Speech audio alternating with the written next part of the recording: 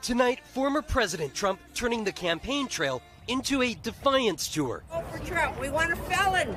On his first campaign swing since his guilty verdict for falsifying business records. The people are watching, and they know a fake deal. Speaking to a crowd of several thousand in 100-degree heat under the scorching Las Vegas sun, the former president's rally coming under the shade of legal setbacks. NBC News has learned that on Monday, the former president is now scheduled for a virtual sit-down interview with the New York City probation officer, a key first step for his sentencing and potential jail time.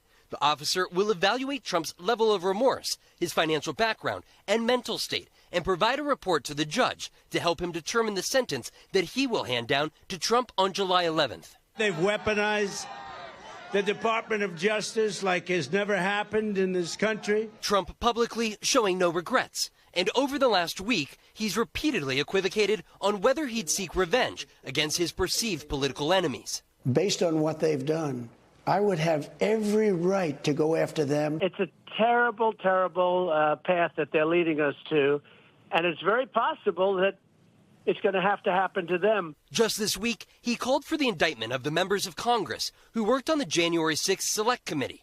And over the last year, he has called for the indictment of District Attorney Alvin Bragg, who oversaw his New York prosecution. Would you want him to seek retribution against those who have brought these charges against him? Of course. They should go to jail. I mean, if you're going to make false accusations, if I made false accusations, I'd be thrown in jail in 2 seconds. He's not going to get angry. He's got too much to fix. He's not a vengeful person. Vaughn joins us now from where that rally was. So, Vaughn, how does Mr. Trump plan to make his case to that probation officer tomorrow?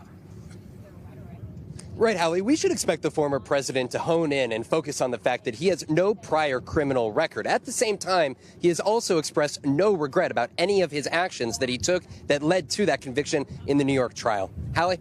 Thanks for watching. Stay updated about breaking news and top stories on the NBC News app or follow us on social media.